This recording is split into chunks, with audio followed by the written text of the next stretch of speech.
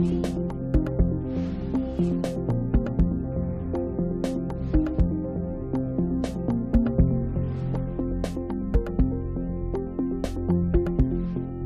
acta de la sesión número 12 se da por aprobada por no haber sido objeto de observación.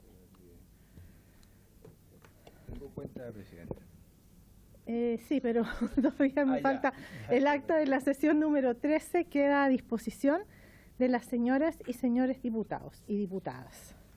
El señor secretario dará lectura a la cuenta. Señora Presidenta, se han recibido los siguientes documentos. Respuesta de oficio de la Municipalidad de Renca refiriéndose a las acciones realizadas por el municipio a partir del incendio ocurrido en la empresa Kaiser y sobre la solicitud de demolición del terreno donde se ubicaba la empresa.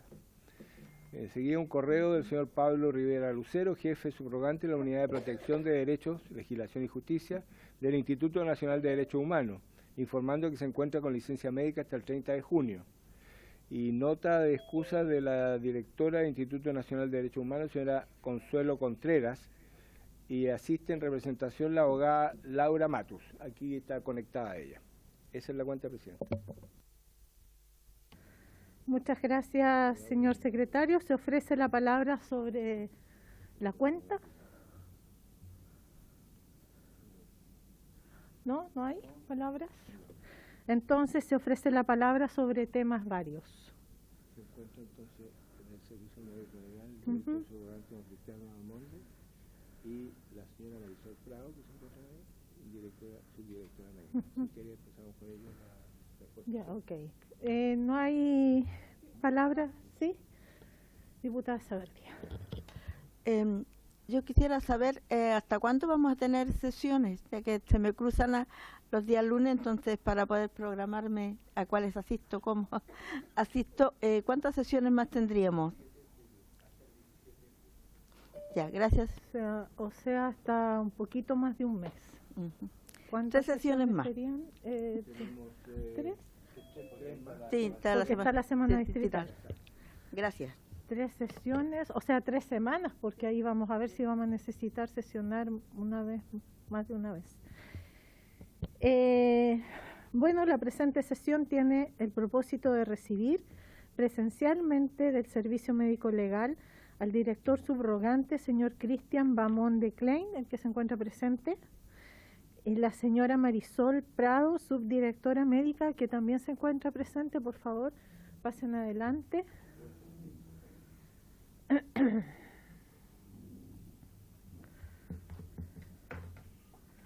Muy buenas tardes.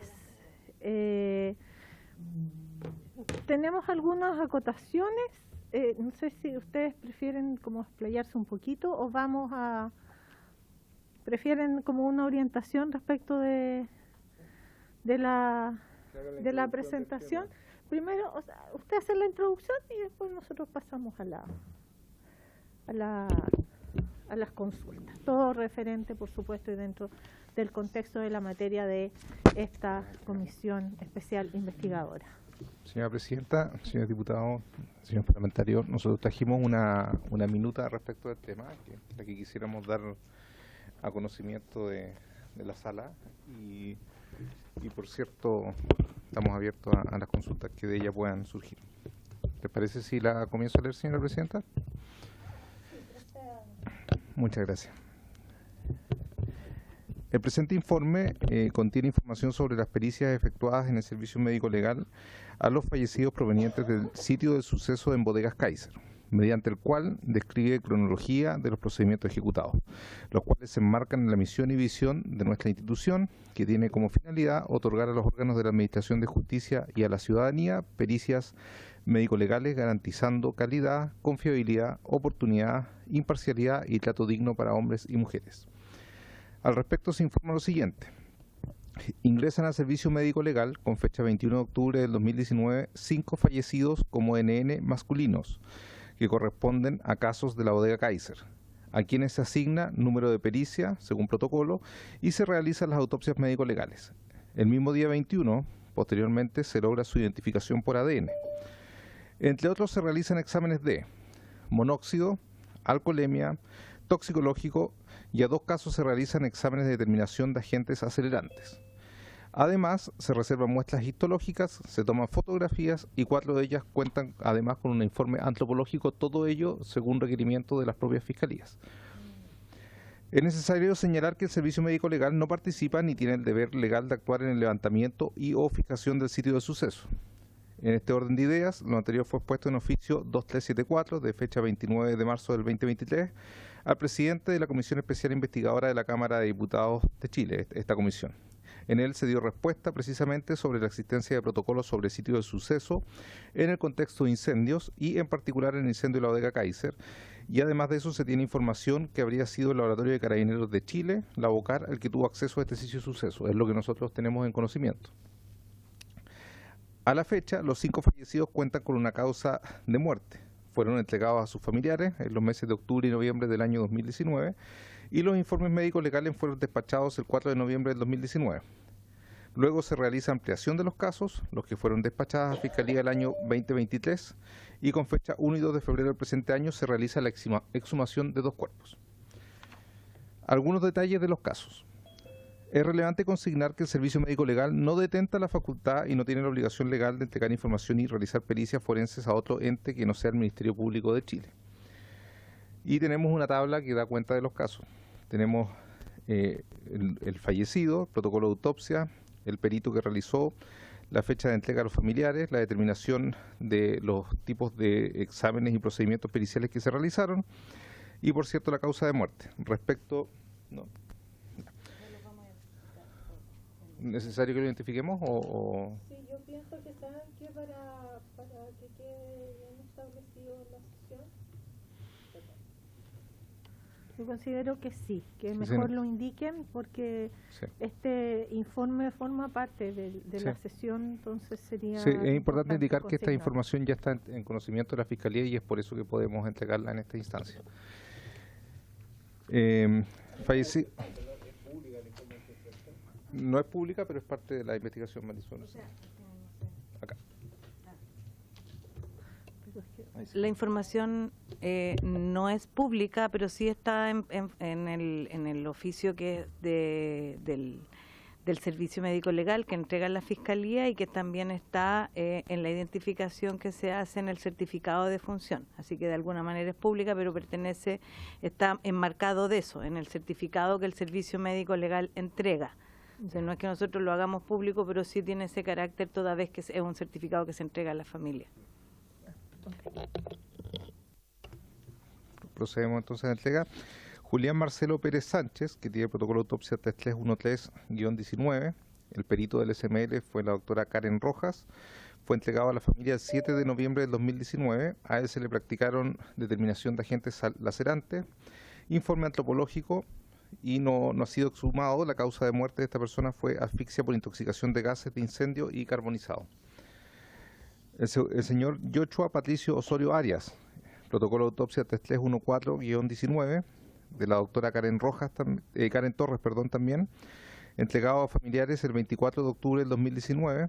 También se le practicó determinación de agentes acelerantes. Se realizó el informe... no se le realizó informe antropológico, fue exhumado ahora este año, el 1 de febrero del año 2023, y la causa de muerte es asfixia secundaria a intoxicación por gases de incendio y carbonizado. Andrés Felipe Ponce, protocolo de autopsia 3315-19, perito del Servicio Médico Legal, doctor Germán Tapia, fecha de entrega a los familiares el 26 de octubre del 2019, no se determinó presencia de agentes acelerantes, no se realizó informe antropológico, este caso también fue exhumado el 2 de febrero del año 2023 y la causa de muerte es asfixia por inhalación de gases de incendio. Fallecido Luis Antonio Salas Martínez, protocolo de autopsia 3316-19, peritos la doctora Vivian Bustos, fecha de entrega a la familia el 25 de noviembre del 2019, no se determinó presencia de agentes acelerantes, sí se realizó informe antropológico, no ha sido exhumado y la causa de muerte fue inhalación de tóxicos de la combustión, muerte de incendio estructural. Fallecido Manuel Jesús Muga Cardemil, protocolo de autopsia 3317-19, peritos doctor Javier Tapia, fecha de entrega a la familia el 25 de octubre del 2019, no se determinó la presencia de agentes acelerantes, no se realizó informe antropológico y no ha sido exhumado, siendo su causa de muerte la asfixia por inhalación de monóxido de carbono y otros gases producto de incendio. Tanto el informe médico legal como sus ampliaciones son efectuadas en este organismo forense a requerimiento expreso del fiscal a cargo de la investigación penal respectiva y son remitidos, por tanto, a esa carpeta investigativa sin que sea posible legalmente entregar copias de todo lo obrado médico legalmente a otras instituciones, personas o autoridades fuera del ya citado fiscal. Respecto de los exámenes practicados, también puedo indicar en relación a Julián Marcelo Pérez Sánchez, de protocolo de autopsia 3313-19, tuvo resultado de monóxido positivo, al igual que todos los casos, resultado de alcoholemia negativo y resultado toxicológico negativo. Respecto de Yochoa Patricio Osorio Arias, protocolo de autopsia 3314-19, tuvo resultado de monóxido positivo, resultado de alcoholemia negativo y resultado toxicológico positivo a 2 sustancias. Andrés Felipe Ponce Ponce, protocolo de autopsia 3315-19, resultado de monóxido positivo, resultado de alcalemia positivo y resultado toxicológico positivo a una sustancia. Luis Antonio Salas Martínez, protocolo de autopsia 3316-19, tuvo resultado de monóxido positivo, de alcoholemia negativo y toxicológico de positivo a una sustancia. Finalmente, Manuel Jesús Muga Cardemil, protocolo de autopsia 3317-19, presentó resultado monóxido positivo, resultado de alcoholemia negativo y resultado toxicológico negativo. El detalle de las sustancias es parte de la investigación de Fiscalía y según el artículo 182 del Código Procesal Penal es el fiscal respectivo quien puede otorgar esa información en particular si fuese necesario para la investigación de esta comisión. Respecto de los cuerpos exhumados, los 2 cuerpos exhumados fueron periciados por la doctora Pamela Borges y la doctora Mireya Gutiérrez y se asigna nuevo número de protocolo. Fallecido Yochoa Patricio Osorio Arias, protocolo 3314-19, tiene un nuevo número de protocolo que es el 315-2023, fue exhumado el 1 de febrero del 2023 y se realizó peritaje el 10 de mayo del 2023. Andrés Felipe Ponce Ponce, protocolo 3315 del 2019, fue peritado por la doctora Borges, fue exhumado el 2 de febrero del 2023 y su nuevo protocolo de exhumación es el 313 del 2023. La fecha se realizó el 9 de mayo del 2023 reciente. Los informes periciales de las exhumaciones se remitirán a la Fiscalía Centro Norte a cargo de los casos una vez que se encuentren totalmente finalizados y cuenten con la descripción de los análisis y las conclusiones correspondientes. En otros antecedentes que nos parecen de interés y relevancia, me gustaría manifestar que sobre diversas denuncias recibidas relativas a la actuación del Servicio Médico Legal es posible formular las siguientes consideraciones. En el caso del error cometido en un informe inicial con respecto al concepto de hematoma subdural, existió una transcripción errónea, dado que el perito a cargo del informe aclaró que se trató de un hematoma extradural en panal de abejas, característico de muertes en incendio. El error de copia se debió a la urgencia de entregar el informe escrito en un plazo perentorio que impidió la revisión detallada del texto pericial, lo que fue informado formalmente a Fiscalía con fotografías periciales que demuestran inequívocamente que se trata de un hematoma extradural y no de un hematoma subdural. Respecto de la intervención no autorizada por un perito sobre uno de los cuerpos exhumados, es preciso señalar que luego de la exhumación en el contexto de las realizaciones forenses habituales de autopsia, al trasladar uno de los cuerpos se cometió un error en la lectura del número de identificación que llevó a romper el precinto, lo que fue inmediatamente informado por parte del Servicio Médico Legal a la Fiscalía previa incorporación de una nueva cadena de custodia. Sobre la existencia de un protocolo que exige videograbar las pericias, ello no es efectivo para ninguna de nuestras pericias, como tampoco en materia de procedimientos tanatológicos. En cuanto a la omisión de exigencia del protocolo de Minnesota, nuestros procedimientos se rigen por este protocolo aprobado por Resolución Exenta 905 del 2021, por lo que se da escrito cumplimiento al resguardo del cadáver, lo que no significa específicamente el uso de un medio de cierre particular, que también es importante señalar. Ha trascendido de diversas formas y en distintos medios de prensa que algunos de los cuerpos de este caso presentaban proyectiles balísticos. Sobre estas afirmaciones, el Servicio Médico Legal es enfático en informar que, de acuerdo a la morfología, radio, lucidez y tamaño del informe médico legal, descartó la naturaleza balística de estos objetos, lo cual fue analizado por una profesional idónea en materia de radiografía, un radiólogo. Igualmente, sobre esta materia, en ordinario reservado 34972 del 26 de diciembre del 2019, se remitió al fiscal José Morales de la Fiscalía Centro Norte un completo análisis forense emitido por la doctora Karen Torres, destinado a aclarar una situación en particular vinculada con existencia de proyectiles respecto de uno de los fallecidos. Sin perjuicio de todos los puestos, es necesario destacar que existe actualmente un proceso disciplinario incoado mediante resolución exenta 1330 del 9 de junio del 2023 que incorpora diversos aspectos de los aquí informados. Finalmente, es de suma importancia contar con los espacios para explicar legal y técnicamente la actuación del servicio médico legal e informar sobre lo que nos es posible según nuestro marco normativo. Junto a lo anterior, se debe indicar que el servicio médico legal está dispuesto a declarar en esta y todas las instancias que sean consideradas pertinentes a fin de esclarecer sus actuaciones y eventuales responsabilidades. Muchas gracias, señora presidenta. Muchas gracias, director, por su exposición. Abro la palabra a quienes quieran hacer una consulta. Diputado Lilyu, perdón. Agradecer la presencia del Servicio Médico Legal, que desde que yo tengo uso de razón como médico, claramente un servicio que siempre en general ha sido bien valorado, y yo creo que hay muchos técnicos médicos que uno los conoce y sabe la rigurosidad, y yo me imagino estos últimos años ha sido mucho mejor. Por intermedio, señora presidenta, yo solamente dos preguntas. Aquí, en relación a Joshua Patricio Osorio y a Andrés Felipe Ponce, esa exhumación, por lo que yo tengo entendido, fue pedida por los familiares. Para efectos del servicio médico legal son... Sí, yo doy la palabra. No, sí, es una pregunta que lo hago todo al tiro. Y lo otro, si bien es cierto, tenemos los exámenes practicados, ¿cierto? Aquí dice positivo en relación al señor Julián, en relación a la alcoholemia. Positivo don Andrés Felipe Ponce, dice positivo. No dicen en ningún momento, o en el informe sale la cantidad de positividad ya. Y cuando sale positivo, el rango, usted lo colocan solamente el hallazgo de la sustancia, no el análisis de la magnitud. Y la pregunta es, en la alcoholemia, sabemos que el alcohol, está en las venas o la sangre, etcétera, evidentemente yo no sé si, ahí es mi desconocimiento, si con el calor, el incendio de eso se evapora, disminuye. Quiero saber si efectivamente la alcoholemia es alterada cuando hay fuego. Si disminuye, aumenta. Es una pregunta técnica.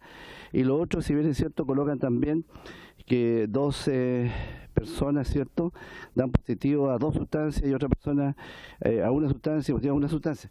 Cuando uno habla de sustancias, ¿cierto?, como yo sé que no van a decir, y ustedes lo dejan claramente qué tipo de sustancia, pero para mí es muy diferente usar un paracetamol, un medicamento, un antibiótico, o cuando usted cataloga como sustancia una sustancia que está prohibida.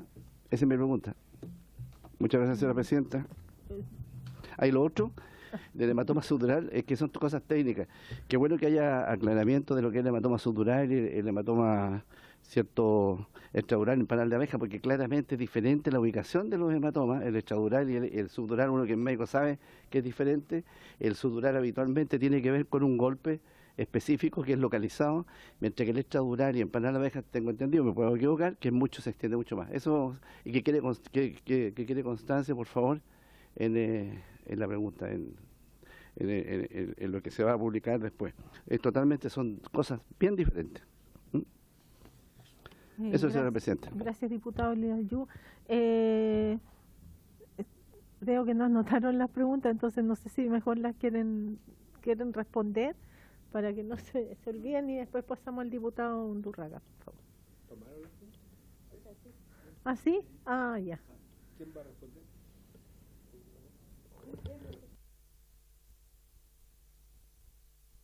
Sí, voy a necesitar ayuda. Respecto del Efectivamente, los requerimientos no podemos nosotros entregar concentraciones ni tipos de sustancias porque, tal como indicábamos en la lectura del documento, esta información es de carácter reservado toda vez que se informa al fiscal de la causa, y él en el fondo es quien determinará si estos antecedentes terminados la investigación son de público conocimiento o incluso en algunos casos de la familia, que puede ser o no puede ser el caso. Y respecto del tema de las exhumaciones también, nosotros en el fondo recibimos una orden de la Fiscalía. Efectivamente, las familias eventualmente pueden solicitar a la Fiscalía la exhumación, pero es la Fiscalía quien en definitiva determina y ordena al Servicio Médico Legal la realización de ellas. No es de mutuo del servicio el realizarlas.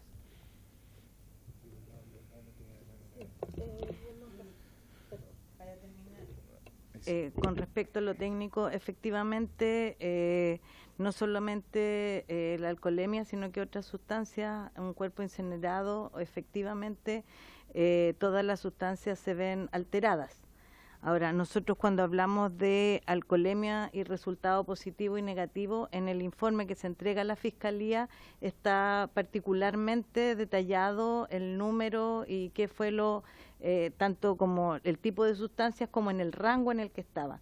Cuando nosotros hablamos de positivo es que se encontró alcoholemia positiva, pero el rango es parte de la materia de la investigación, que es la que tiene el fiscal. Es él el que tiene, más allá de que nosotros podamos establecer el rango, es él el que tiene el informe final, y por lo tanto públicamente lo que nosotros podemos decir es si encontramos o no encontramos sustancia, pero no el porcentaje que ahí está. Y con eso, por supuesto, concuerdo con usted que hay una diferencia significativa y técnica, y por eso se hace, cuando se hace el error, que es un error en la digitación del informe, se explica inmediatamente al fiscal y se adjuntan las fotografías y el informe técnico que dan cuenta de lo encontrado con respecto a la diferencia del hematoma subdural y el hematoma empanal de oreja, para que el fiscal lo entienda, y eso está en el informe también y en la retranscripción del informe.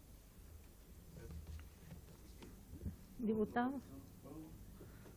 La pregunta iba a dónde. Se encontraron sustancias, ya sea alcohol o alguna sustancia que no se determina, pero yo quiero saber si el calor, la incineración, disminuye la cantidad, ustedes lo van a decir, pero disminuye o no creo que aumente. Pero cuando se incinera algo, es probable que haya disminuido. Sí, yo quiero decir que si tenía una alcoholemia de este tamaño, voy a hacerlo así gráficamente, probablemente lo que se encontró fue esto, por el uso del calor. Si eso está terminado, o sustancias que se evaporan, que en vez de estar así, ahora se encuentran así. No sé si me queda claro. O sea, técnicamente hay alteración y disminución en la concentración de la sustancia. Muchas gracias. Diputado Undurraga y después el diputado Giordano. Gracias, presidenta. Valorar que esté aquí el director del Servicio Médico Legal junto a su equipo y expertos y expertas. Yo tengo dos preguntas. La primera respecto a los nuevos peritajes que van a hacer en las exhumaciones, si es utilizando la misma metodología y la misma tecnología, o hay tecnología nueva o metodología nueva que pudiera dar cuenta de resultados distintos. Si es la misma metodología, uno podría esperar que lo que están chequeando es el mismo resultado con la misma metodología, pero quisiera preguntar cuál es lo técnico que hay detrás, más allá de que ha sido solicitado, o sea, que no ha sido solicitado por el mismo Servicio Médico Legal, sino que entendemos que por los familiares de las víctimas. Eso es lo primero. Y lo segundo, a mí me parece, y quiero valorar que los otros antecedentes se hayan referido a todas las dudas, porque eso facilita todas las preguntas que habían. Sin embargo, pregunto, si están todas resueltas, ¿por qué es necesario hacer un proceso disciplinario? ¿Ah? Porque ustedes señalan que, por su término, presidenta, que hay un proceso disciplinario que fue firmado el 9 de junio del 2023, que incorpora estos diversos aspectos, sin embargo, nos da respuesta en toda y cada una de ellas. Entonces, ¿por qué es necesario el proceso disciplinario si ya estarían resueltas? Eso. Vamos a pasar a dar la palabra al diputado Giordano para que después ustedes respondan.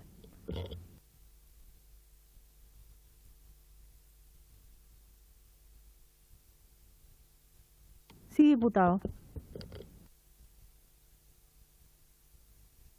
consultas iban muy en línea con lo que acaba de preguntar el diputado Undurraga, así que voy a tratar de remitirme a cosas distintas. La primera es si nuestros invitados del Servicio Médico Legal nos pueden contar quizás algunos detalles respecto también de la secuencia de hechos que ocurre más o menos desde las 15 horas, según los antecedentes que hemos recabado el día 20 de octubre del 2019, es decir, cómo se toma conocimiento del hallazgo de los cuerpos, qué es lo que se le comunica al Servicio Médico Legal, cómo se realiza. Finalmente, decía el director que no había obligación del levantamiento de los cuerpos, pero quizás sería bueno saber cómo se realizan estos levantamientos independientes del rol del Servicio Médico Legal. Se lo pregunto porque a propósito de su respuesta de oficio en torno a los protocolos, y que lo mencionó el protocolo de Minnesota, tratar de entender cómo se vincula todo aquello con la ejecución de estos protocolos. Y quizá, y se lo pregunto solo para efecto de que además la comisión lo pueda tener más claro, que si se puede referir efectivamente a cómo el protocolo de Minnesota afecta el actuar, en qué modifica el actuar del Servicio Médico Legal en este tipo de situaciones, particularmente considerando que había un estado de excepción constitucional. Y lo segundo que les quería preguntar más cerradamente tiene que ver con las discrepancias planteadas por algunos actores. Particularmente estuvimos viendo una entrevista del doctor Luis Rabanal de CHAF, del equipo chileno de antropología forense, y ahí me gustaría además consultarle, porque los familiares refirieron entre algunas de las cosas que se han mencionado, pero que creo que no haberlas escuchado ahora, que también además en el caso de Andrés Ponce, la familia de Andrés Ponce se la llamó creo que 3 veces, y 2 veces con información equívoca respecto del cuerpo que se le estaba entregando. Hubo ahí una confusión que se le llamó 3 veces, hablaba un familiar y decía que les daban información, si recuerdo bien, para no citar a nadie equivocadamente, pero por otras 2 de las víctimas, lo llamaban a nombre de otras de las víctimas. Entonces, también entender un poco cómo se da eso en el contexto de la toma de razón por parte del Servicio Médico Legal de estas actuaciones, y cómo resuelve también contactar a la familia. Y la última pregunta, también lo mencionaban en esta entrevista del señor Luis Rabanal, respecto a la posición de los cuerpos, ¿no? ¿Cómo se explica que los cuerpos hayan estado estirados, que no hayan estado en la tradicional posición del boxeador, que también se nos comentó mucho, era clásico cuando había muerte provocada por incendio, que habían fracturas también de huesos, si son todos atribuibles a la acción del fuego, y finalmente si después de 3 años con la exhumación de los cuerpos se pierde información que se pudo haber tenido a la vista, si básicamente algunas de estas pericias que se pretenden realizar ahora se hubiesen realizado en la oportunidad que correspondía durante el año 2019 y no 3 años después. Eso, gracias, presidente. Gracias, diputado Giordano. Por favor, para que pasen a responder la consulta.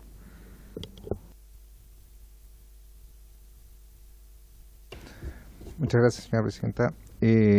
Bueno, respecto a la primera pregunta que hice en relación con la tecnología de la exhumación, la verdad que, y respondiendo un poco quizás a la última, efectivamente la exhumación, al tratarse ya de un cuerpo que ha tenido un tiempo y que ha degradado, evidentemente probablemente los resultados y los hallazgos son más bien en base a lo requerido por Fiscalía o por el fiscal desde el punto de vista de verificar o rectificar alguna información en particular específica que se está tratando de buscar. O sea, la pericia que se hace en la exhumación tiene que ver más bien con el requerimiento que hace el fiscal específicamente respecto de cada uno de los cuerpos. Nosotros no tenemos ese informe todavía, ni podemos dar antecedentes respecto de qué es lo que se está buscando por orden de la Fiscalía. No sé.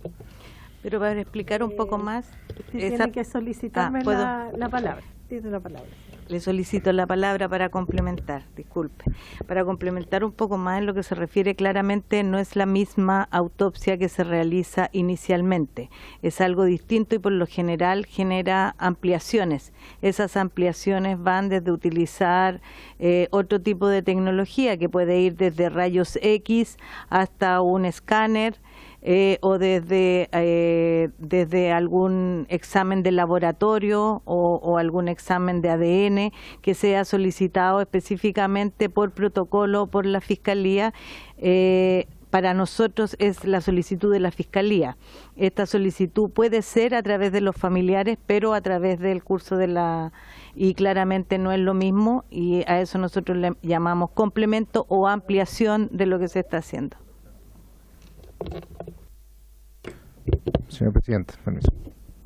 Respecto del proceso disciplinario y también linkeando con la pregunta del diputado Giordano, indicar que efectivamente, si bien decíamos en nuestra carta que en el fondo o en nuestra minuta los documentos y las cosas que se han realizado, efectivamente sabemos que somos susceptibles de errores y es un procedimiento más o menos habitual cuando en definitiva recibimos denuncias, ya sea a través de un canal formal o incluso a través de la opinión pública, el realizar en este como en otros casos investigaciones sumarias que permitan aclarecer esos dichos.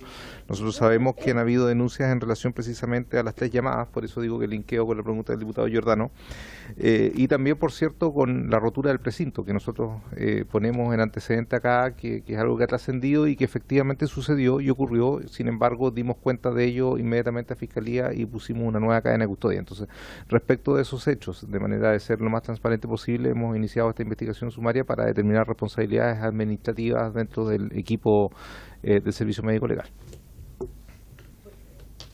Señor Maris.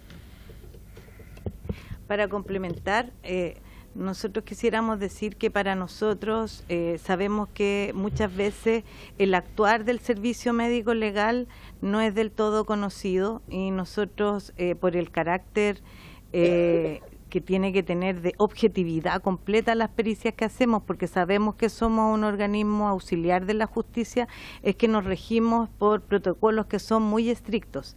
Dentro de esos protocolos estrictos, cuando se falta a alguno de esos protocolos, a veces es difícil, sin hacer una investigación que puede ser disciplinaria o no, llegar también bajo un protocolo a el poder entender qué fue lo que sucedió.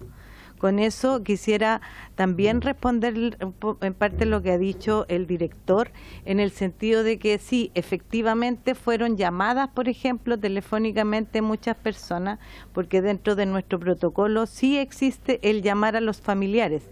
Ahora, ¿por qué se llamó igualmente a esos familiares? Probablemente fue un error al poder ver la dirección y los teléfonos que teníamos pendientes en ese momento, pero para poder llegar a una respuesta más asertiva y objetiva es que nosotros todas esas respuestas las enmarcamos dentro de un proceso de investigación para que tengan también, esa respuesta tenga una objetividad enmarcada, lo mismo que nos señalamos que todas nuestras pericias están enmarcadas en estos protocolos. Gracias, señora Marisol. Diputada. Sí, me faltan algunas respuestas, falta como usted defina, Presidente. Respecto a la secuencia de los hechos, que es la tercera pregunta de la cual tengo registro, indicar que nosotros concurrimos a un sitio de sucesos a hacer el levantamiento, no participamos, ya es lo que habíamos indicado que se respondió al presidente de esta comisión en su momento. Y desde ese punto de vista no tenemos una trazabilidad de la secuencia de los hechos. Nosotros siempre concurrimos a requerimientos de Fiscalía, generalmente en coordinación con las policías que están presentes, ya sea la PDI o Carabineros en el lugar, y en el fondo es un vehículo y una unidad de movilización del Servicio Médico Legal quien asiste al lugar y en conjunto y en asistencia también, por cierto, del personal de otras reparticiones que allí se encuentra, se realiza el levantamiento del fallecido y se traslada hasta Avenida La Paz. Y complementando y quizás también respondiendo la otra de las preguntas que nos indicaban en relación a la posición de los cuerpos, tampoco nosotros tenemos acceso a esa información en el lugar o en el sitio del suceso, toda vez que no participa personal del Servicio Médico Legal en el sitio del suceso. Entonces no tenemos noción ni información respecto de lo que sucede hasta antes de que el fallecido llega a nuestra sala de autopsia. Y en términos del protocolo de Minnesota, indicar que el protocolo de Minnesota, tal como indica la palabra, es un protocolo que sigue una normativa y un procedimiento. Las autopsias tienen procedimientos, hay procesos que son internacionales, pero por cierto nosotros tenemos nuestros propios procedimientos. Y en términos del procedimiento de Minnesota, efectivamente se aplica para toda aquella persona que se tiene la duda razonable de que haya fallecido por efectos de la intervención de un agente del Estado. Es un procedimiento que es más exhaustivo, que en el fondo busca determinar una serie de lesiones adicionales a las de una autopsia normal, por ejemplo, lesiones subcutáneas, golpes, hemorragia, y en definitiva ese procedimiento se aplicó en este caso y es un procedimiento bastante más detallado. A modo de ejemplo, para que se entienda, un procedimiento de autopsia normal tiene un promedio de duración entre 1 hora y media y 2 horas, y un procedimiento de Minnesota puede incluso llegar a triplicar ese tiempo en función precisamente de la complejidad y del caso. Es cuanto puedo informar. No sé si Marisol quiere complementar algo. Señora Marisol.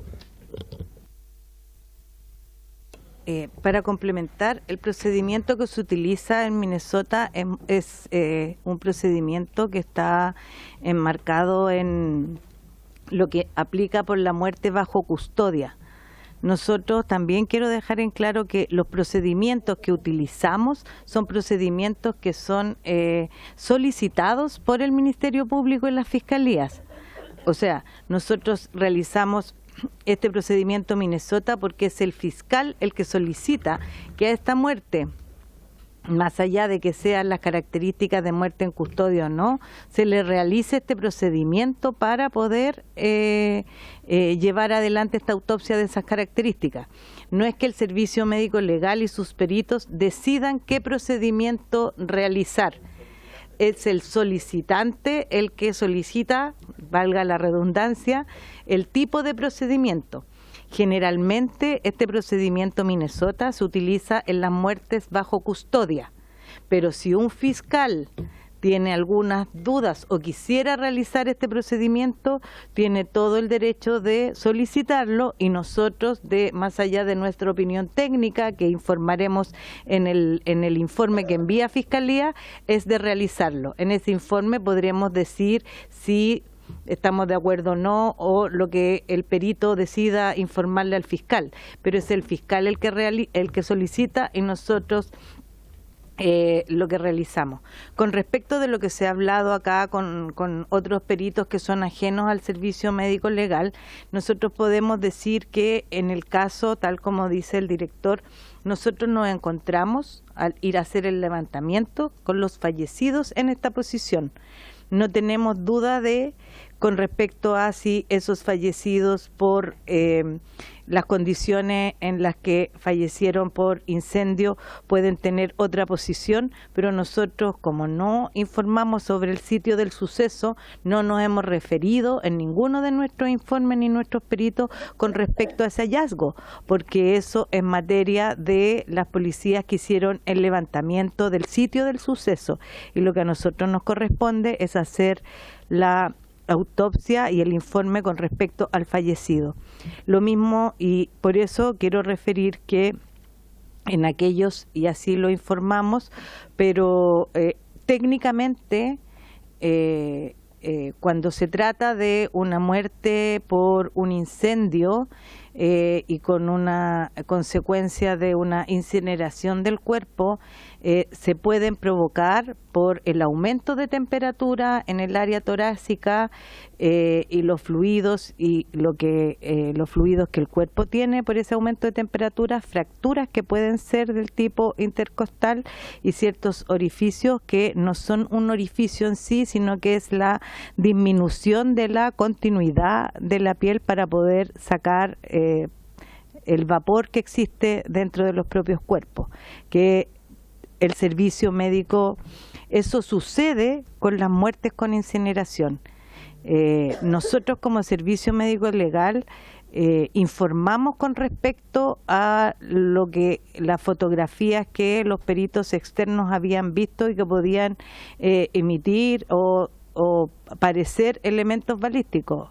Lo que nosotros informamos y que está dentro del informe del fiscal da cuenta y respuesta a ello. No sé si queda, o sea, ¿es posible que eso suceda? Sí, y lo que nosotros hicimos fue informar sobre este cuerpo en exactitud de lo que allí había sucedido. Muchas gracias, Presidenta.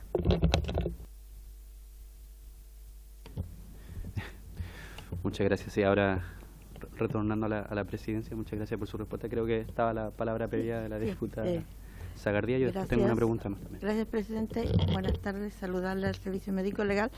Este es un informe, dice caso Kaiser. No voy a hacer observaciones de fondo ya que no entiendo, pero sí de forma me habría gustado que la identificación hubiera estado clara, referida a su cédula de identidad y a la edad que tenía cada uno de los fallecidos. Supongo que en los informes detallados está eso, pero habría sido esa columna más hecho de menos en esto, porque en lo que se refiere a lo judicial, la identificación precisa es clave también. Eso nomás sería mi observación. Muchas gracias. Sí, ¿quisiera hacer alguna aclaración al respecto? Sí. Muchas gracias por la pregunta. Me parece fundamental. Nosotros debemos decir que la información que aquí entregamos es la máxima que podemos entregar y que nos otorga la ley para poder entregar. Porque todo esto, y lo hacemos en el marco que estamos en una comisión investigadora de la Cámara y frente a ustedes. Mucha de esta información es información que tiene un carácter reservado y que depende de las fiscalías.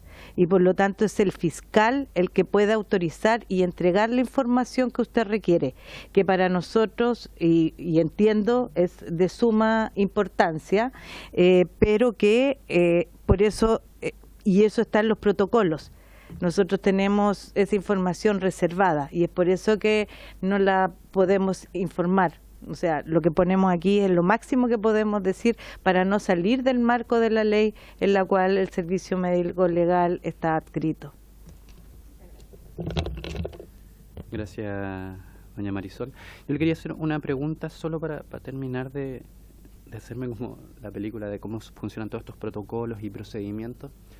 Nos tocó revisar en la penúltima sesión, les hablaba yo de algunas imágenes periodística del sitio del suceso, donde había un momento que era bastante relevante y que fue incluso muy impactante para las familias, según nos relataron posteriormente, donde se encuentra en el área donde estaba uno de los cuerpos, cerca de las escaleras, se encuentra un trozo de pantalón que tenía incluso la hebilla, como el bolsillo, y adentro del bolsillo unas llaves, y esas llaves después concordaron con un candado de bicicleta de una de las víctimas. Uno ve a todas luces que ahí hay un error de procedimiento, ¿no? O sea, que aparezca después un grupo periodístico a filmar un sitio del suceso y encuentre evidencia respecto de una de las víctimas que no se perició, que no se encontró, que no se recogió. En alguna parte de la cadena algo falló, ¿no? Me gustaría saber primero su opinión en torno a esto. ¿Dónde falla, no? ¿Es algo que le pasó al servicio médico legal, que es parte de esto de la investigación sumaria que están realizando? ¿Es algo que le competía a Carabineros? ¿A quién le competía? ¿De quién es el error o de quiénes es el error que permite finalmente que después aparezca esto, ¿no? Que finalmente es una de las cosas que hace que aparezcan más dudas en torno a los procedimientos, ¿no? Porque no debiese ser que uno encontrase esas circunstancias después en un espacio abierto totalmente descuidado. Eso es algo que no le compete al servicio médico legal, como haya quedado resguardado el sitio, pero sí, por cierto, se levantó un cuerpo y quedaron adheridos al concreto partes de su vestimenta, probablemente también restos orgánicos. Entonces, sobre ese hecho en particular, si se pueden referir, se los agradezco.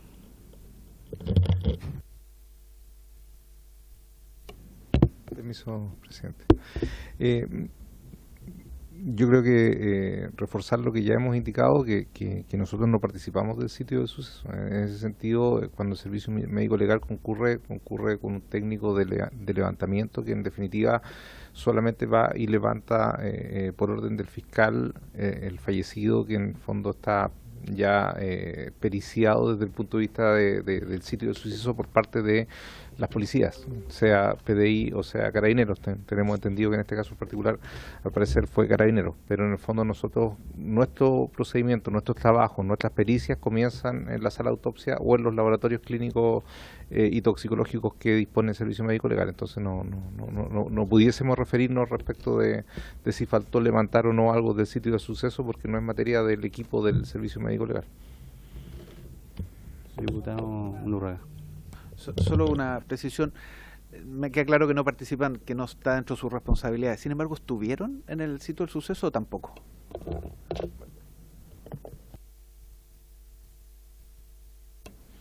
Presidente, nosotros llegamos solo a hacer el levantamiento al sitio del suceso. no llegamos cuando se dio la información, no llegamos cuando se hizo el cierre perimetral del suceso. No sabemos si los cuerpos, cuando nosotros los fuimos a recoger, estaban allí o fueron movidos. No tenemos esa información. Nosotros solamente fuimos y recogimos los cuerpos. Si nosotros dejamos o no evidencia en el sitio del suceso a hacer el levantamiento, no tenemos información de ella, porque dentro del protocolo, en el levantamiento, el técnico más el perito que hace el levantamiento hacen un registro sobre el levantamiento, y en ese registro de levantamiento no hay ninguna indicación de que se nos haya quedado algo olvidado. Por lo tanto, oficialmente no podemos decir si olvidamos algo y si lo hicimos desprolijamente o no. Ciertamente, parte de toda esta investigación que estamos haciendo hoy día, que tiene que ver con todo lo que ha ido apareciendo en la prensa, tiene que ver con reforzar las materias de los protocolos y volver a revisar uno por uno si existieron o no existieron errores y responsabilidades por parte del Servicio Médico Legal, que por cierto sí podemos decir que una sí existió y que tiene que ver con luego de la exhumación, y lo hemos dicho claramente en el informe, el romper el precinto, ¿no? Y lo digo así porque nosotros de esa manera actuamos. Cuando nosotros cometemos un error frente a esto, lo primero que hacemos es ejercer el protocolo de errores, se levanta una nueva acta, se informa a Fiscalía y, por cierto, Fiscalía, y hacemos un procedimiento interno para dejar clarificado cuál fue el error que cometimos.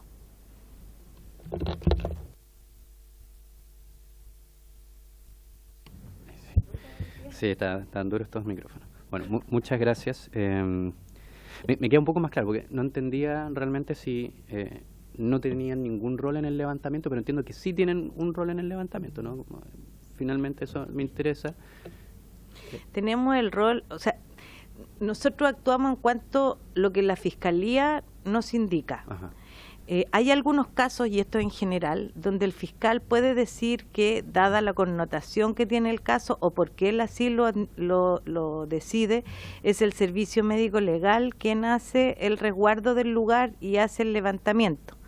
Por ejemplo, en muchos de los casos de derechos humanos o cuando se encuentra una osamenta, es el Servicio Médico Legal el que perimetrea el lugar y hace todo el informe con respecto a la situación y dónde se encuentra.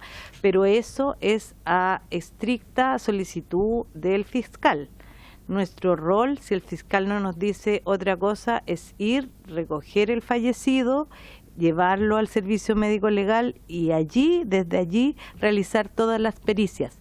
Pero ese recoger no es describir lo que nosotros vemos, sino que simplemente levantar, a menos que el fiscal nos solicite una descripción del sitio del suceso, donde en esa descripción del sitio del suceso puede tener un carácter antropológico, arqueológico, de derecho humano, de alguno de los protocolos que nosotros tenemos. Perfecto. En este caso, nosotros solo actuamos frente a un levantamiento. Se nos solicitó hacer el levantamiento y hacer la pericia correspondiente a ese levantamiento. Perfecto. Y mencionaba usted que solo actuaban de acuerdo a las instrucciones de la Fiscalía. ¿El fiscal o cualquiera de los fiscales nunca les notificó que se habían encontrado este resto como para que se periciara? Porque también es algo que habían solicitado los familiares. ¿Eso nunca llegó a conocimiento del Servicio Médico Legal, que se habían encontrado restos digamos, de ropajes que podían ser periciados? Hasta donde yo tengo entendido y lo que puedo informar hoy día, no tengo ningún antecedente de ello. Ahora, si es así solicitado, nosotros podemos, dentro de la investigación que está en curso, aportar esto como un dato para poder dar una respuesta más contundente posteriormente a la investigación que ya estamos realizando dentro del Servicio Médico Legal.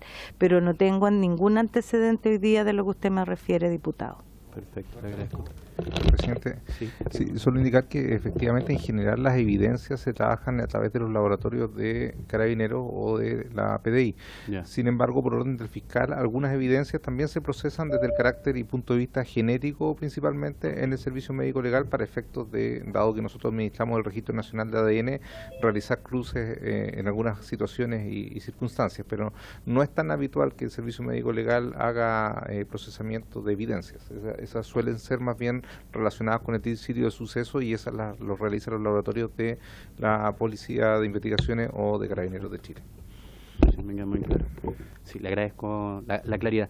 Solo consultarle sobre este proceso sumario. ¿Será posible acompañar a la comisión, por lo menos, la resolución que ordena ese procedimiento, para efecto de que nosotros también podamos ver todo el objeto de ese proceso? Sí. Claro, este tema ha salido a la luz pública muy recientemente. Si se fijan, en el sumario está recién iniciando, en una investigación sumaria, y cuando tengamos los resultados, efectivamente no hay inconveniente de poder hacer entrega de ello. Perfecto, perfecto. Bueno, muchas gracias a nuestros invitados, a la señora Marisol Prado, al director Cristian Bamón de Klein. Muchas gracias por sus clarísimas exposiciones. Vamos a pasar al siguiente invitado, secretario. Director del Servicio Médico Legal. Perfecto. Sí, estamos. ¿Nos podemos quedar un momento? No, sí, no hay problema. Gabriel Zamora Salinas. Sí, perfecto. Don Gabriel, lo veo conectado, ya más o menos ha visto el tenor de esta comisión especial investigadora. Respecto de lo que se ha señalado por el actual director, por la señora Marisol Prado, quizás cosas que usted quisiera agregar al respecto en torno a los hechos que investiga esta comisión especial investigadora, tiene la palabra. Sí, muy buenas tardes, señor presidente, y en medio a todos, honorables diputados y diputadas. La verdad, digamos que, primero señalar que yo en realidad no participé directamente en lo que fue, digamos, todo lo que se está señalando en relación a todo el incendio de Kaiser, porque el director de la época era el doctor Jorge Rubio, y yo estaba en el extranjero. Pero sin embargo, digamos, un poco complementando lo que han señalado, ¿no es cierto?, tanto el director como la subdirectora, me parece importante aclarar porque sin duda la función del servicio médico legal creo que debe quedar bien clara y señalada, digamos. Por ejemplo, en el caso de la alcoholemia que se señaló, habría que verificar si la alcoholemia se realizó a través de muestras del humor vítreo. El humor vítreo está dentro del ojo y es una muestra que no se altera porque la sangre está depositada ahí y ya queda, y se puede medir, digamos, la alcoholemia, y esa alcoholemia reflejaría exactamente el alcohol que tenía en la sangre la persona al momento de fallecer. Con respecto al tema que me parece importante agregar y destacar, además de lo que se hizo con el protocolo de Minnesota por parte de la directora y la subdirectora, es que el protocolo de Minnesota evidentemente es para las muertes ocurridas en forma ilícita, en personas que han sido detenidas, ¿no es cierto?, o están siendo detenidas, o están en cárceles, como señaló la subdirectora, pero sin embargo lo más importante es que esto se hace con una técnica teratológica complementaria a la habitual, más exhaustiva, pero sin embargo tiene yo diría, la particularidad de que primero se debe interrogar a la familia para ver, digamos, efectivamente los antecedentes, cómo ocurrió la muerte. Y segundo, la familia tiene que participar también y presenciar la autopsia y aquellas personas que designe como su representante. Y aquí quiero sacar a colación, ¿no es cierto?, el caso de Camilo Cachillanca, donde efectivamente, ¿no es cierto?, tanto un médico como un abogado, parte de los familiares de Camilo, ¿no es cierto?, de Camilo Cachillanca, participaron directamente en la autopsia. El protocolo digamos, de Minnesota tiene también la particularidad de verificar que efectivamente la persona no haya sido torturada previamente a su fallecimiento. Por lo tanto, las Naciones Unidas y particularmente la Comisión de Derechos Humanos de las Naciones Unidas destaca mucho este aspecto en términos de que el protocolo de Minnesota tiene que ser para verificar que la muerte, ¿no es cierto?, que ocurrió de una persona en forma de que estuvo detenida o fue ilícita, que efectivamente, ¿no es cierto?, no haya sido producto también de incorporar también la tortura como elemento previo a la muerte y tratar de ocultar la tortura mediante la muerte. Eso, digamos, es una cosa importante, me pareció importante complementar en mi calidad, digamos, de director del Servicio Médico Legal y de alguna manera profesor de esta cátedra en la Universidad del Paraíso. Asimismo, señalar que el sitio del suceso lo trabajan efectivamente, como se señaló el director, las policías y carabineros, pero ellos trabajan con sus propios peritos médicos. Y trabajan, ¿no es cierto?, digamos, haciendo todo un análisis, y lo hace, en el caso, cuando son muertes violentas, la Brigada de Homicidios. Y la Brigada de Homicidios trabaja el sitio del suceso, lo trabaja exhaustivamente y hace toda la recolección de evidencias, como se señaló, y esas evidencias, evidentemente, las tiene que procesar a quien determina el fiscal. Si el fiscal determina que es la VICRIM, o que es la BOCAR, o que es el médico legal, ahí se procesan. Y por tanto, de alguna manera se complementa el estudio que el servicio médico legal hace, y muchas veces algunas evidencias se procesan en forma dual. Lo procesa el laboratorio de criminalística o lo procesa, ¿no es cierto?, el laboratorio médico legal, y los resultados, evidentemente, tienen que ser analizados por parte del fiscal. Creo que es bien importante señalar, como ya ha quedado claramente expresado en la intervención de tanto el director como la subdirectora, que evidentemente, ¿no es cierto?, la comunicación que hay es entre perito y fiscal. Por lo tanto, toda comunicación es entre perito y fiscal. Y la comunicación de la identidad se la hace el perito al fiscal. Por lo tanto, cuando el fiscal pide hacer una autopsia, no tan solo pide aclarar la causa de la muerte, sino que también identificar a la persona que falleció. Y por lo tanto, esa información de perito con la identificación, causa de muerte y de intervención de terceros va directamente, ¿no es cierto?, al fiscal. Y ese fiscal que tiene que dar a conocer a la familia, y una vez que el fiscal autoriza la entrega del fallecido, el servicio médico legal se tiene que comunicar con la familia para proceder, ¿no es cierto?, a los trámites de la entrega del fallecido a su familia. Por lo tanto, a mí me pareció importante aclarar porque es complementar. En realidad, yo creo que no hay mucho más que agregar a lo que se señaló. Creo que el servicio médico legal ha tratado de trabajar este tema con los peritos que tiene en la forma más adecuada posible.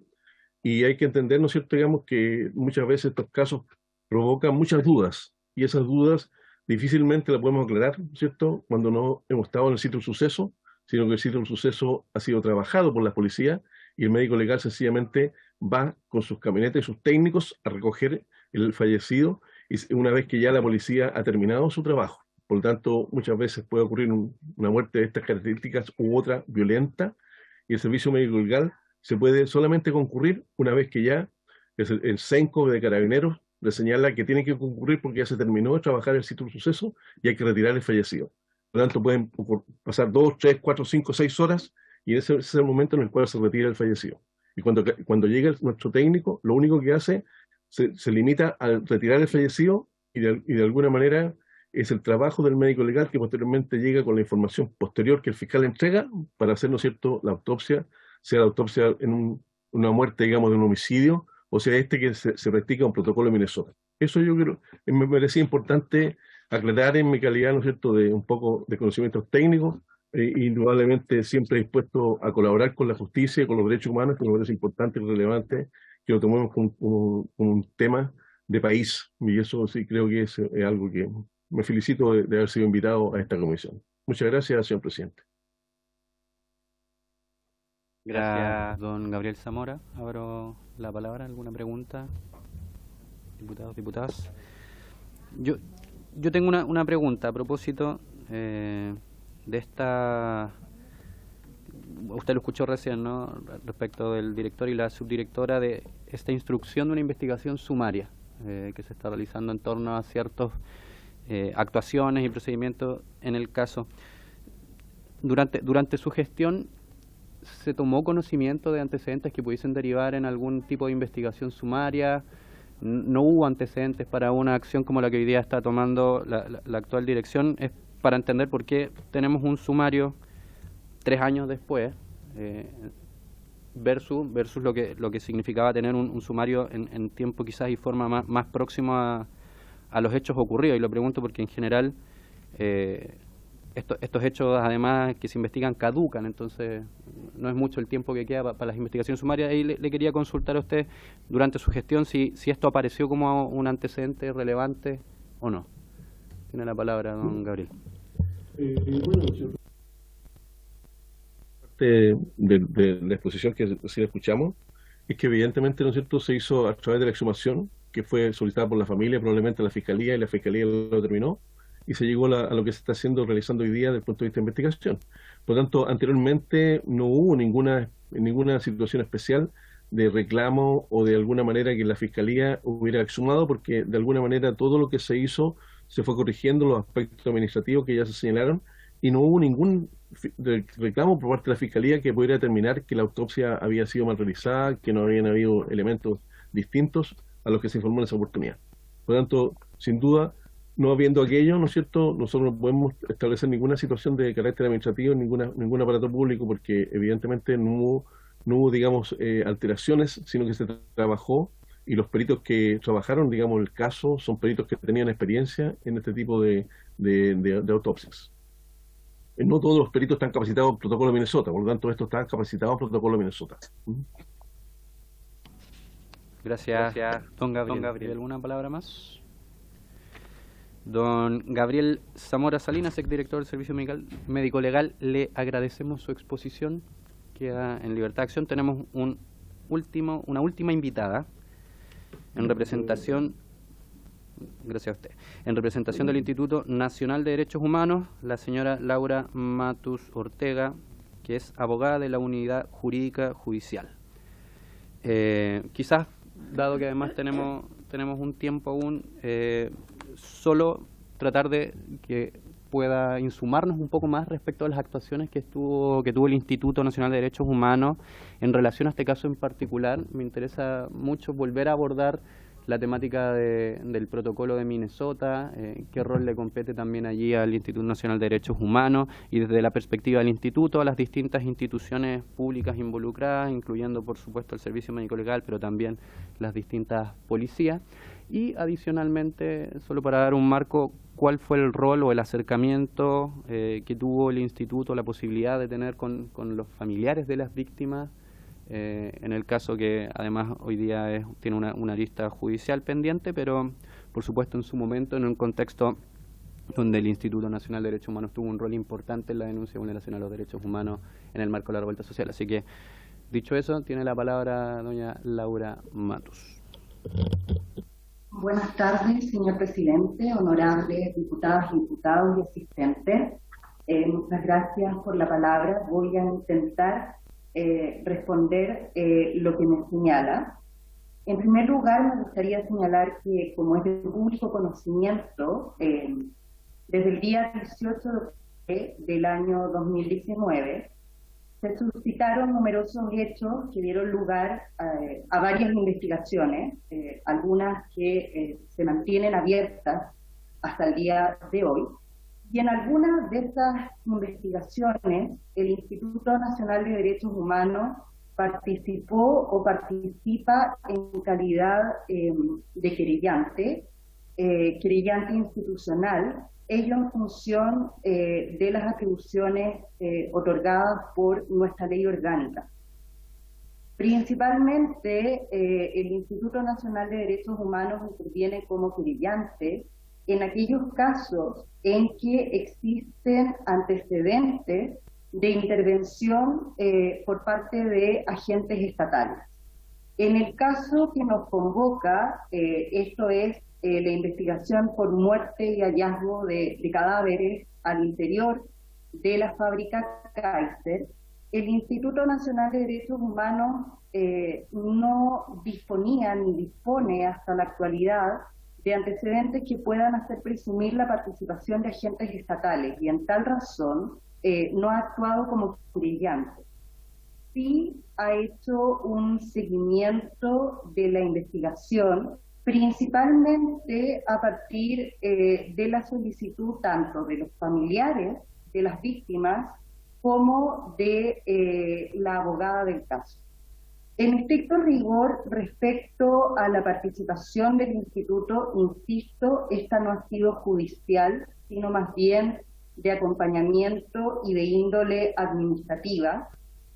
Los familiares de las víctimas fueron entrevistados por colegas de la unidad en la que yo me desempeño, con fecha 29 de octubre del año 2019, y con posterioridad, el día 19 de noviembre, fuimos informados de que se había presentado querella con un abogado particular. Además de esto, en su momento, el Instituto Nacional de Derechos Humanos intervino a efectos que los representantes del Alto Comisionado de Derechos Humanos, que en esa época estaban constituidos en Chile, pudieran entrevistar a los familiares de las víctimas. Y efectivamente, dichas entrevistas constan en el informe que elaboró el Alto Comisionado. Respecto a la intervención administrativa efectuada por el Instituto, hemos enviado solicitudes de información al Ministerio Público, que son los oficios con número interno del Instituto 482 y 484 del 21 de julio del año 2021, y el oficio 598 de fecha 15 de septiembre del año 2021. Estos oficios tuvieron por objetivo que la investigación se desarrollara de acuerdo a los estándares de debida diligencia. De hecho, en esa documentación se citan estándares internacionales de debida diligencia en este tipo de investigación, y además se le consultó a la mentada institución respecto a posibles impactos de proyectiles en los cadáveres debido a antecedentes que, bueno, son públicos y notorios, habían sido filtrados a la prensa y precisamente a requerimiento tanto de los familiares como de la abogada de los familiares. En algún momento se hizo esta consulta específica. Sin embargo, el Ministerio Público señaló que no existían, al momento que se envió esa información, que no existían tales antecedentes, por lo tanto, no insistimos en el tema y más bien consultamos respecto a las diligencias en un nuevo oficio que en ese momento estaban pendientes, particularmente una diligencia específica en la que la abogada de la familia estaba muy interesada, y era la ampliación de una diligencia a cargo de la Policía de Investigaciones. Y eso fue respondido por el oficio 827-2021 de fecha 28 de septiembre del 2021. En forma paralela, se sostuvo reuniones con Alejandra Arriaza, que es la abogada de la familia, o por lo menos en la época en que yo tuve intervención en el caso, fue con ella con quien yo me relacioné. Tuvimos dos reuniones, el 8 de marzo y el 30 de agosto del año 2021. En esas reuniones también participó Pablo Rivera, quien actualmente no puede comparecer por encontrarse con licencia. Él también fue la persona que entrevistó por primera vez a los familiares, una vez transcurridos pocos días de acontecido los hechos. Y respecto a la entrevista que yo tuve con la abogada del caso, se le explicó las acciones que había adoptado el instituto y también se le entregaron copias de los oficios que el instituto había enviado al Ministerio Público, que son 4 oficios. Y con posterioridad, en octubre del año 2022, se respondió una solicitud efectuada por esta misma Cámara, entregando una información muy específica que era la solicitada en esa época, y era la fecha en que habíamos entrevistado a los familiares. Esas son las acciones tanto administrativas como de acompañamiento que el Instituto ha desempeñado, ha realizado en este caso, poniendo énfasis, como les señalaba en un principio, que no hemos presentado querella por cuanto no nos han entregado antecedentes ni tenemos antecedentes de posible participación de agentes estatales y en este caso no tenemos facultades para intervenir judicialmente. Eso es lo que le puedo señalar al respecto. Muchas gracias, señora Matus. Abro la palabra por si alguien quisiera hacer alguna consulta. Diputada González. Gracias. ¿Me escucho?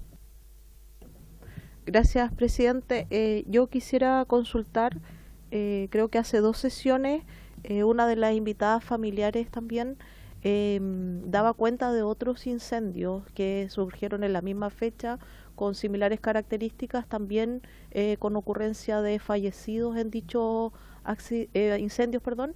Entonces quisiera saber si como Departamento de Derechos Humanos tienen antecedentes de estos incendios. Gracias, presidente. Gracias a usted, diputada González. Me leyó la mente, de hecho tenía la misma pregunta.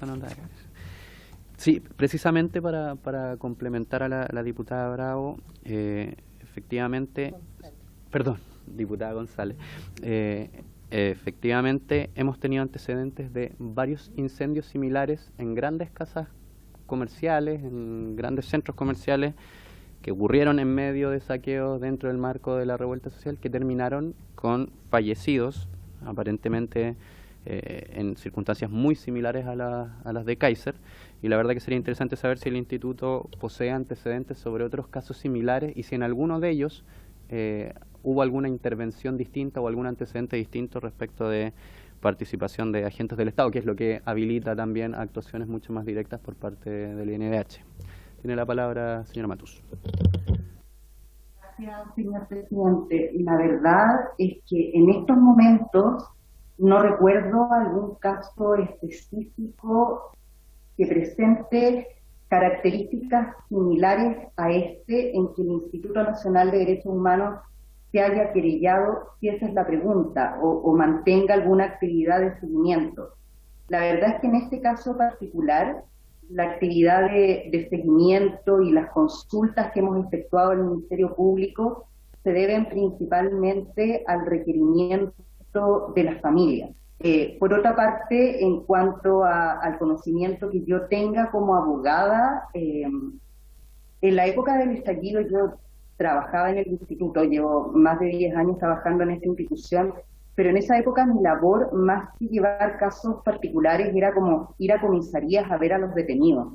Entonces, honestamente, no, en estos momentos no tengo recuerdo. Si me señalaran algún caso especial o alguna víctima, yo podría hacer el seguimiento en el sistema de acciones judiciales, pero así de memoria, en estos momentos no tengo esa información.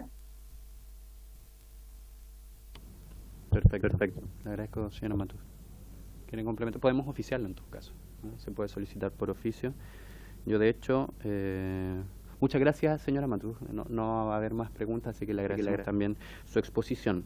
Yo quisiera solicitar una serie de oficios con la comisión, entre ellos al abocar, ¿no? Consultarle, precisamente por lo que conversamos hoy día, con el servicio médico legal respecto del posible inadecuado levantamiento de los cuerpos, lo que además tuvo esta comisión por acreditado con los registros audiovisuales de Telesur, en los que se evidencia que los cuerpos por un lado fueron arrastrados y levantados sin el debido resguardo y que se encontraron restos de ropa y objetos personales en el lugar donde yacían, que se comprobó que eran de las víctimas, y particularmente si además existe algún grado de individualización o registro sobre estas labores, solo para que quede también registrado y para efectos de que podamos tener la respuesta a lo que ya se solicitó, volver a dejar por oficio la solicitud al servicio médico legal para la resolución individualizada que instruye el sumario que hemos comentado durante la sesión de hoy, y también al Instituto Nacional entonces de Derechos Humanos copia de los oficios individualizados en esta sesión, y particularmente también si entonces se cuenta con antecedentes de otros incendios con resultado de muerte durante la época que cubre la investigación de esta comisión, que es desde el 18 de octubre hasta aproximadamente el 30 o el 15 de noviembre podríamos cerrarlo. Diputado Undurraga. Sí, solo una observación respecto al oficio al abocar, el cómo lo redacta cuando usted lo plantea. Yo solicitaría que nos informe respecto al levantamiento de los cuerpos, dado que han surgido las siguientes dudas, pero de entrada decir que fue mal hecho, esperemos la respuesta de ellos. Tienen toda la razón, partamos de una posición un poquito más, un paso más atrás. Para que lo corrijamos, secretario. ¿Estamos de acuerdo con los oficios? No sé si algún diputado quería señalar algo más. Diputado Hirsch. No, quiero solamente saludar. Pareciera que llegué a este minuto, pero vengo escuchando lo vi conectado. Ah, ya, me bien, perfecto. La he estado siguiendo, pero el taco todos saben que era espantoso. Pero lo pensé. Entonces, tomamos el acuerdo por los oficios. Ningún comentario adicional. Estamos entonces para cerrar la sesión. Habiéndose cumplido el objeto de la sesión, esta se levanta.